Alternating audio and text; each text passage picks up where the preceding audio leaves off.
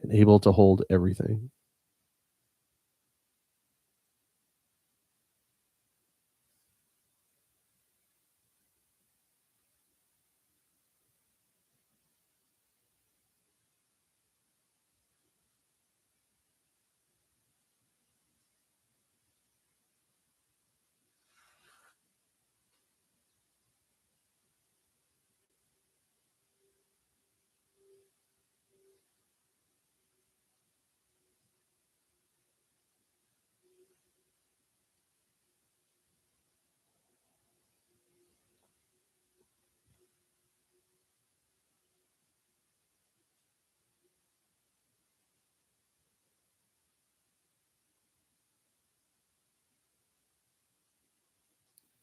And now allow this resolve to crystallize into bodhicitta and simply reflect, for the sake of all beings, I will attain complete awakening. May wisdom and compassion fully mature.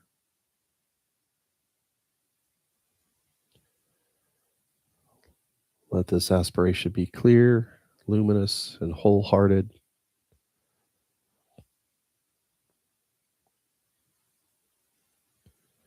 Let it radiate out of your heart and mind like a beacon.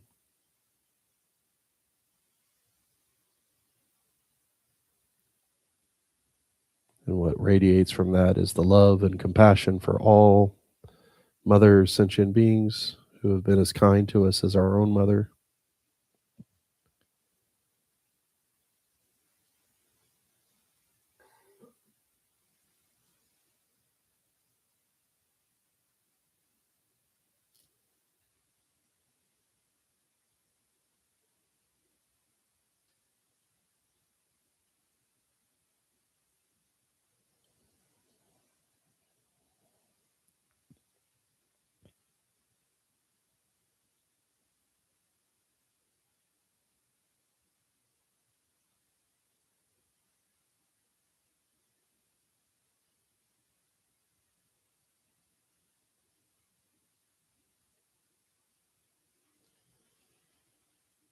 And bring that resolve to the breath, breathing in the awareness of others' suffering, breathing out the wish for their relief and happiness.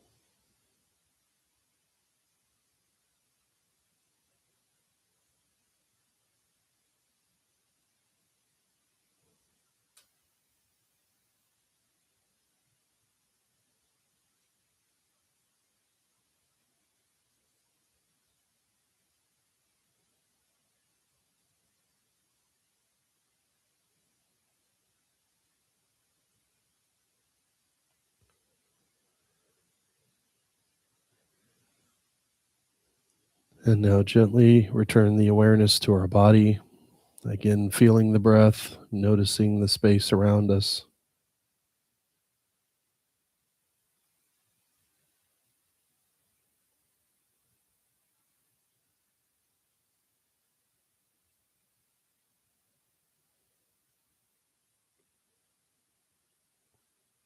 Know that this mind of awakening will continue with us throughout the day and the week, in our speech, in our actions, and how we meet the world around us.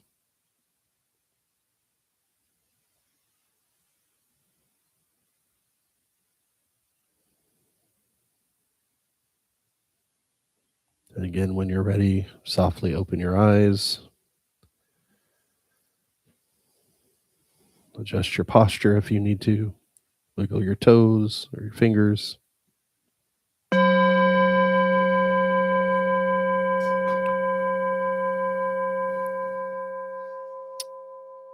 All right.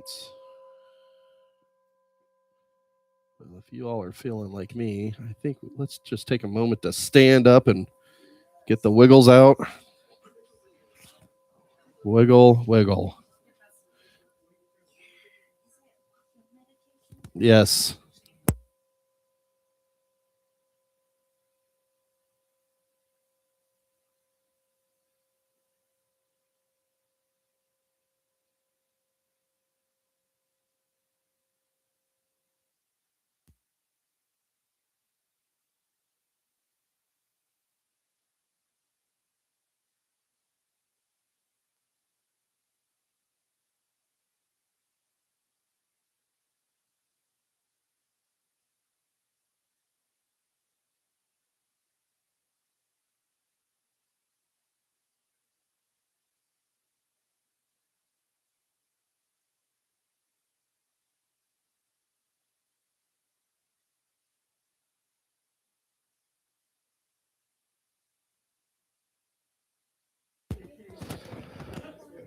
All right. As we come back to the room and the space where we're at, before I begin the Dharma talk, I do want to offer a warm welcome to everyone gathered here today. It's so wonderful to see you all.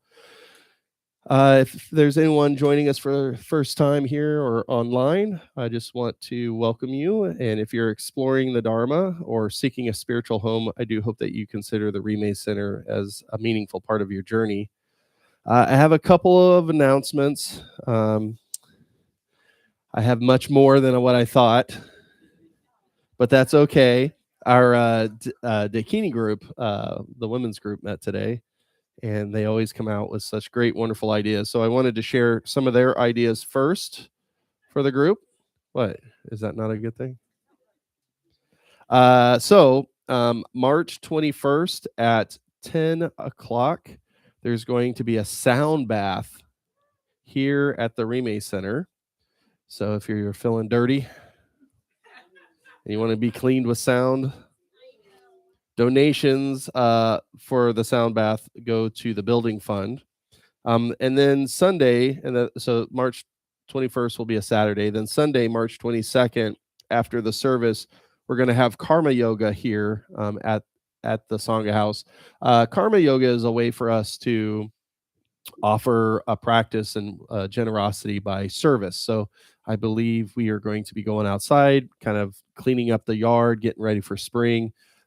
So if you join us, I hope that you can continue with the karma yoga.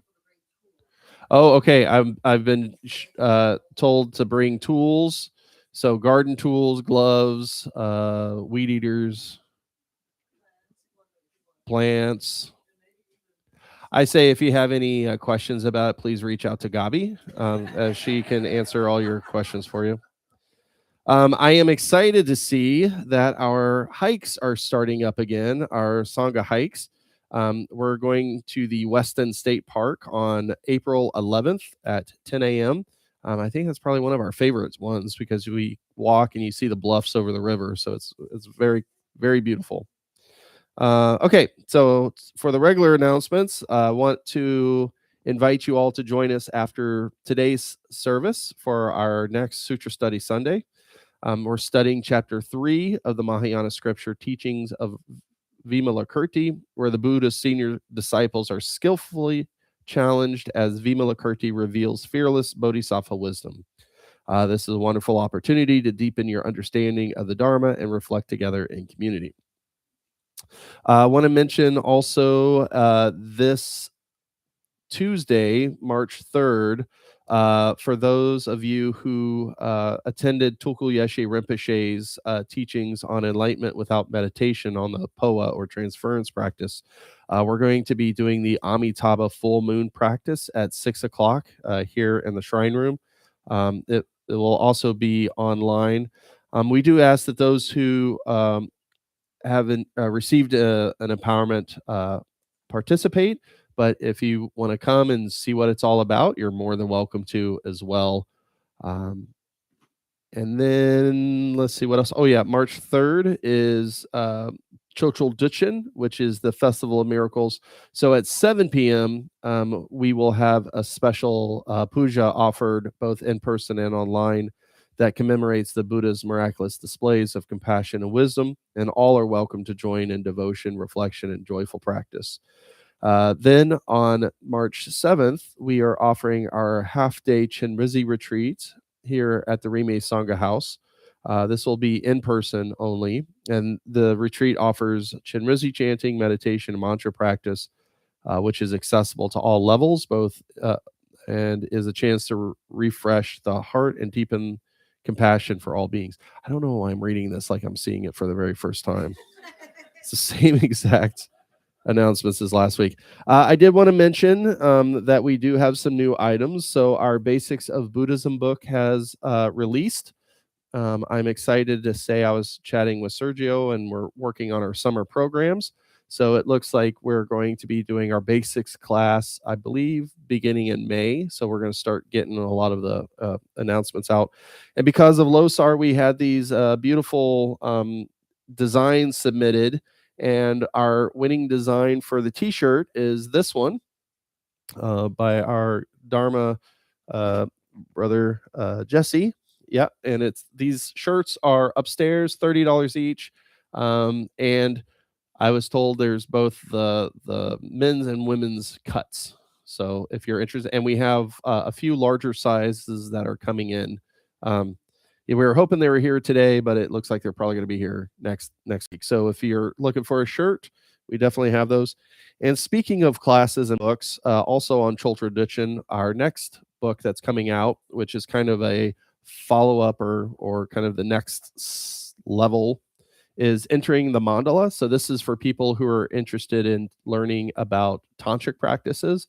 Many of us have taken tantric vows, and so those of us who have taken tantric vows, sometimes we may not know the full extent of the vows. So it's nice to kind of understand what we're getting into. So like if we're doing a POA practice or the Chenrezig practice, what does that exactly mean? So this book is coming out on the 3rd. So with the Basics of Buddhism class starting in May, then the follow-up class, once the basics is done, will be our a class on this book. So I'm really excited for that. Yeah, anyways, that's enough of that. So definitely go upstairs, check out the gift shop. There's a lot of great things up there, a lot of great books and as well. Finally, as we reflect on the renewal and continuity, we're reminded that over 30 years, the Rime Buddhist Center has been a sanctuary in Kansas City, offering compassion, wisdom, and community. And to support our growing Sangha and to ensure the Dharma continues to flourish, we've launched our $30,000 fundraising effort for our 2026 building fund. Every offering helps sustain and strengthen our shared home. I did take a look at the numbers, and we have raised over $3,000. So we're about 10% there. So we are moving slow and steady. So I like it. So if the Rime Buddhist Center has touched your life or supported your practice, we warmly invite you to join us in building the next chapter of this community together. And I cannot believe I almost forgot, but Gabi had let me know that our little snacks, the pastries, thank you. I had a head cold and now I can't think at all. So pastries and coffee. This is actually a fundraiser for the Bodhicitta Foundation. And for the months of January and February, we have raised $245 for that. So thank you all so much. So even though these snacks are delicious, and there's a few left, also please be generous when you're picking those up. Okay, let me keep hitting the wrong button.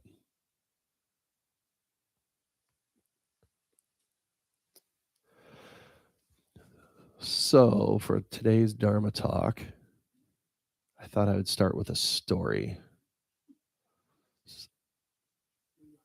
Bedtime stories with Lama Matt. I'm workshopping a segment title, but anyways, long ago, 6 old men lived in a village in India, and each was born blind.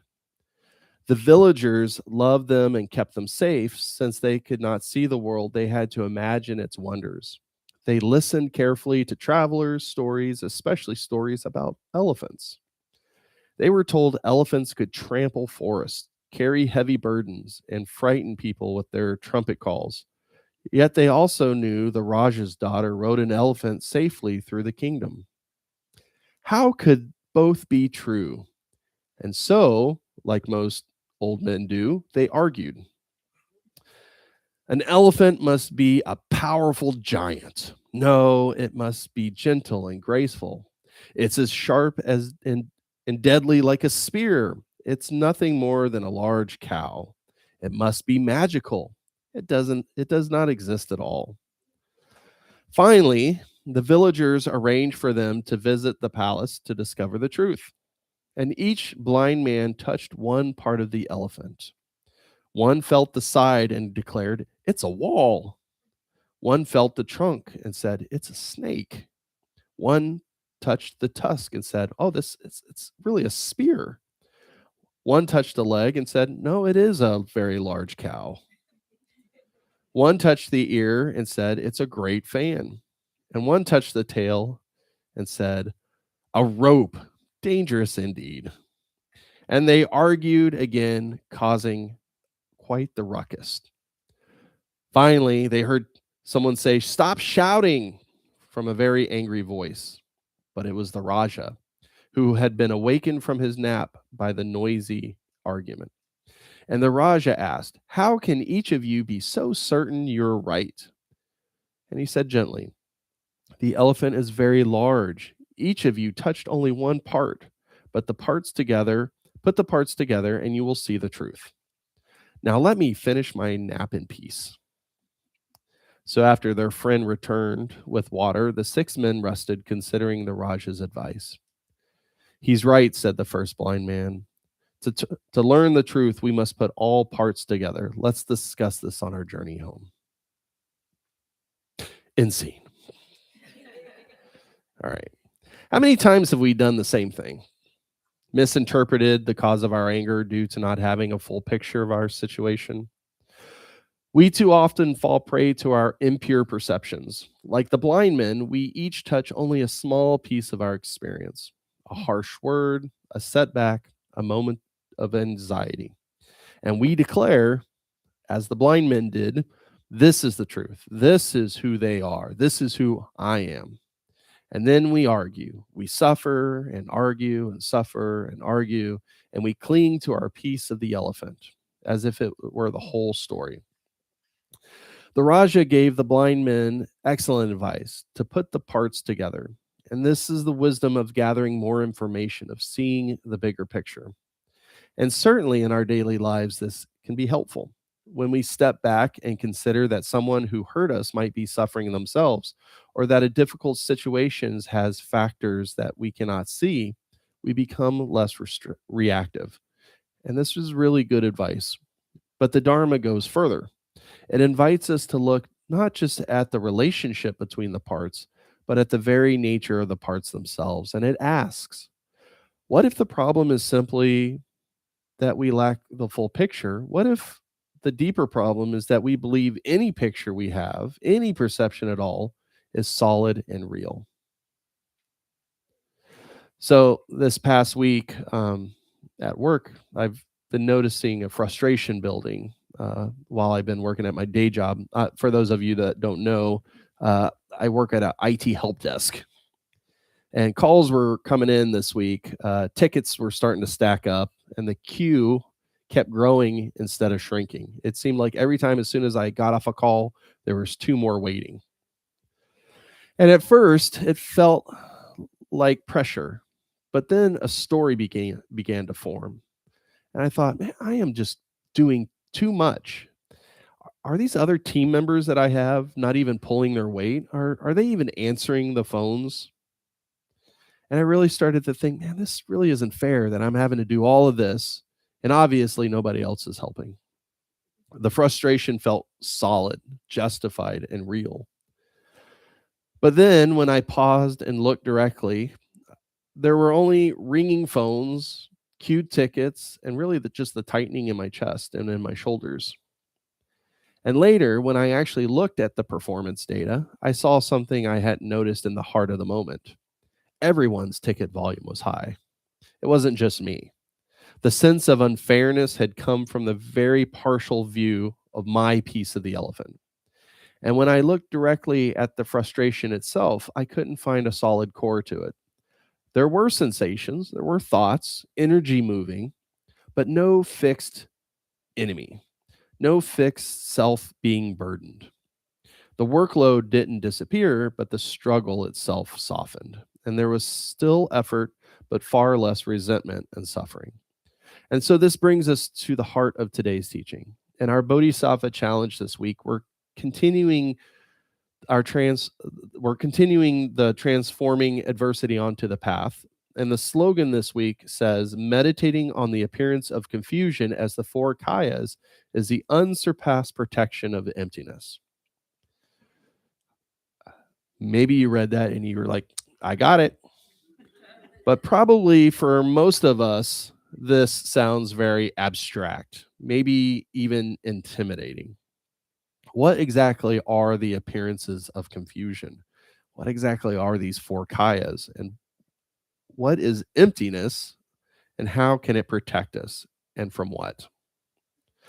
But it's profoundly practical.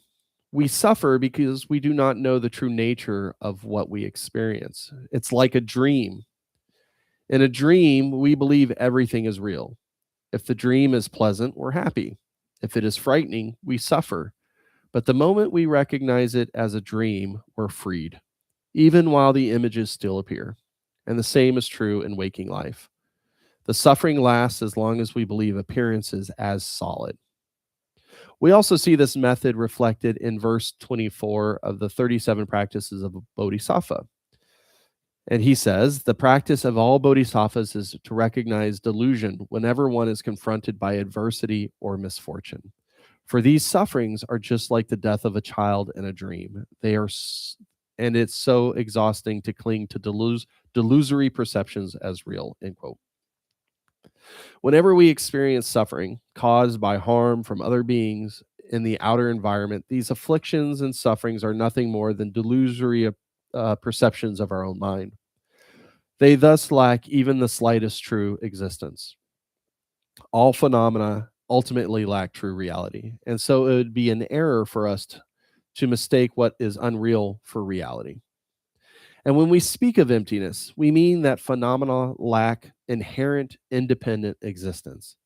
Emptiness does not mean nothing exists. It means nothing exists in the solid, separate way that we assume it does. Everything arises dependently on causes, conditions, perceptions, conceptual labeling. When we forget this, we suffer. So what about these 4 kayas? The kayas are various aspects of the states of Buddhahood. Khentrul Rinpoche points out that kaya does not refer to an actual physical body, but instead a body of qualities. I think Khentrul Lodrutai Rinpoche has given us one of the best descriptions I've ever read about these 4 kayas related in this slogan. To understand this third instruction, we need to become familiar with the Sanskrit term kaya. Kaya can be translated literally as dimension, form, or body. It is not referring to a physical form, but rather a body of qualities. It describes the ultimate nature, which everything is complete. In other words, the ultimate truth that encompasses all phenomena, end quote. Atisha Dipankara, in his advice to Namdak Suknor, says, in phenomena's primordial In phenomena's primordial empty mode of being pulsates unbearable compassion that reaches out to beings. When compassion arises, it does so from the ultimate expanse. And when it ceases, it does so within the ultimate expanse, my son, end quote. So they describe these different aspects of awakened reality. Dharmakaya, the basic and all-pervasive nature of phenomena. Sambhogakaya, the unceasing nature of all phenomena as the basis for the arising of the Nirmanakaya. And the Nirmanakaya is the aspect of enlightenment that can be perceived by ordinary beings. And the Swabhikakaya is the natural union of the three kayas and the purity of the basic space of reality. There you go. You got it, right? Okay, well, these definitions are beautiful, but how do we actually work with them? How does Khentrul Rinpoche express these four kayas in relationship to everyday life? And he says, as practitioners, we can integrate the wisdom of emptiness, also called the four kayas, to transform adversity. Whatever we experience, be it physical pain or mental fear and anxiety, these perceptions arise from delusion. In a dream, we might be burned by a fire or carried off by a river, but these appearances manifest to our perception because we are confused. They do not exist in their own right. And we can apply this view to our waking life by recognizing that in any given moment, the appearances that arise have no inherent truth. They do not exist as we perceive them. By relaxing in this recognition of the empty nature of appearances, the mind is free of clinging to a perceiver and a perceived. It is free from any fixed reference point. In that moment, everything in its entirety is experienced as empty essence, or Dharmakaya, the absolute dimension. The mind that perceives the objects and experiences are both empty, but that does not mean perceptions cease to appear.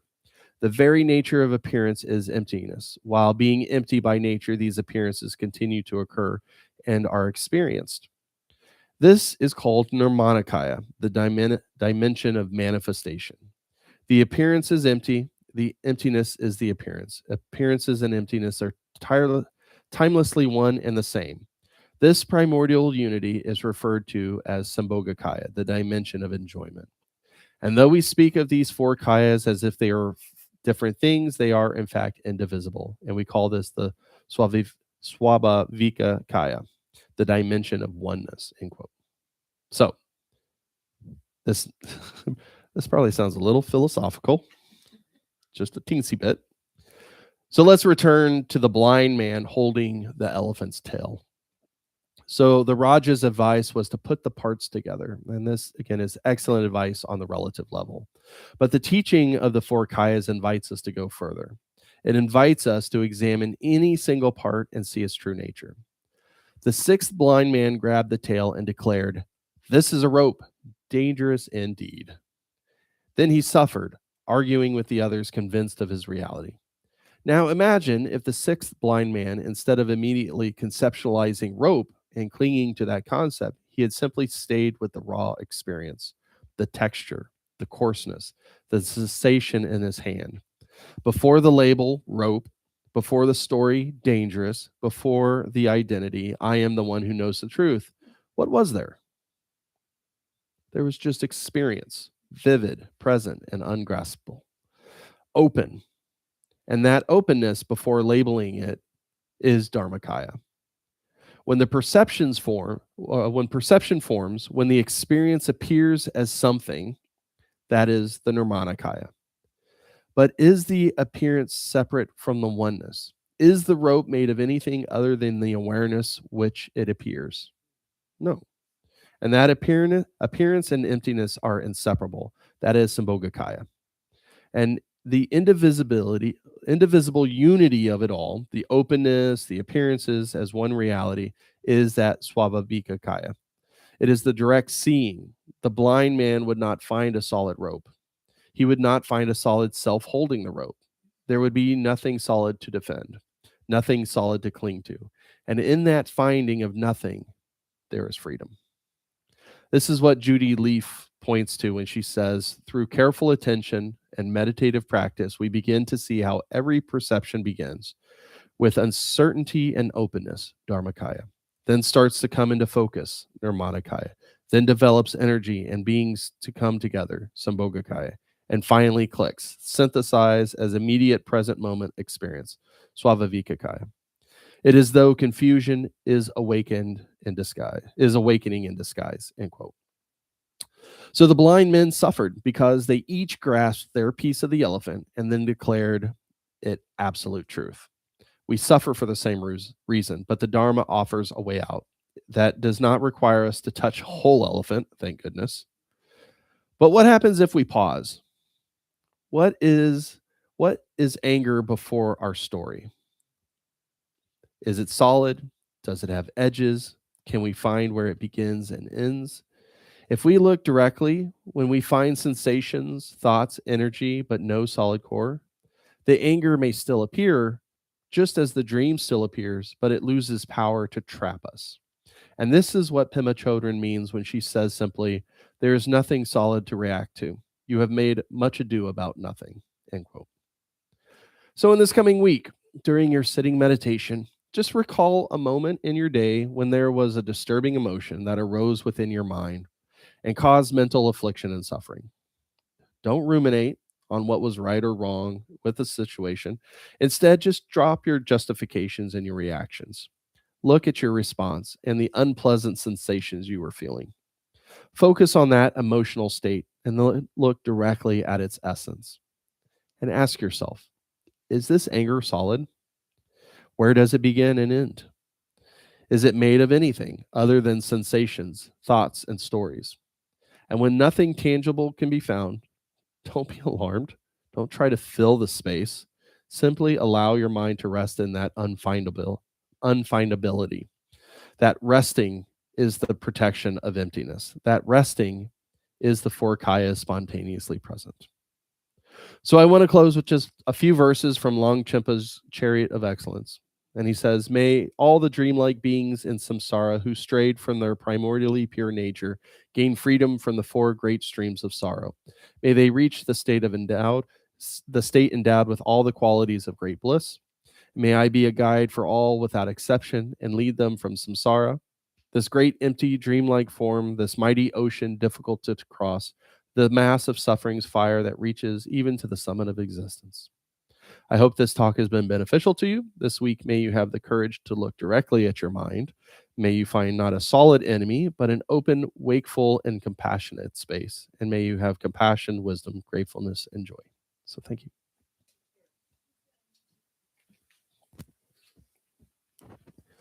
All right, let's do our long life supplication for His Holiness the Dalai Lama. In this land of snow mountains, you're the source of all happiness and good. All powerful Chenrezig Tenzin Gyatso, please remain until samsara ends. Oof, that's too loud, sorry. Flower Faith, Lama of great compassion with kindness to all, you firmly establish the Rime tradition through skillful means and wisdom. Mary Tenzin Dawa, who is the embodiment of all the Daikinis with the sun of wisdom and the moon of compassion, you bring love and joy to everyone you meet. Inspired by your example, I vow to cultivate compassion and wisdom from this moment forward and in all my future lives. I will strive to embody the Buddhist teachings in every thought, word, and deed. Dedication of merit. By this merit, may I obtain omniscience, may it defeat enemy wrongdoing. From the stormy waves of birth, old age, sickness, and death, from the ocean of samsara, may I free all beings. By this merit, may I obtain omniscience, may it defeat enemy wrongdoing. From the stormy waves of birth, old age, sickness, and death, from the ocean of samsara, may I free all beings. By this merit, may I obtain omniscience, may it defeat enemy wrongdoing. From the stormy waves of birth, old age, sickness, and death, from the ocean of samsara, may I free all beings. Aspiration prayers. Bodhicitta is precious, may it arise from whom it is not arisen. Once arisen, may it not diminish, but ever grow and flourish. All difficulties without exception being pacified with harmonious situations like the treasure of the sky, may the teachings and practice of the Rime tradition live long and shine brightly. Again, thank you all for joining us. If you're staying for our sutra study, we'll be here in the main shrine room. And there's still pastries and coffee. Thank you all.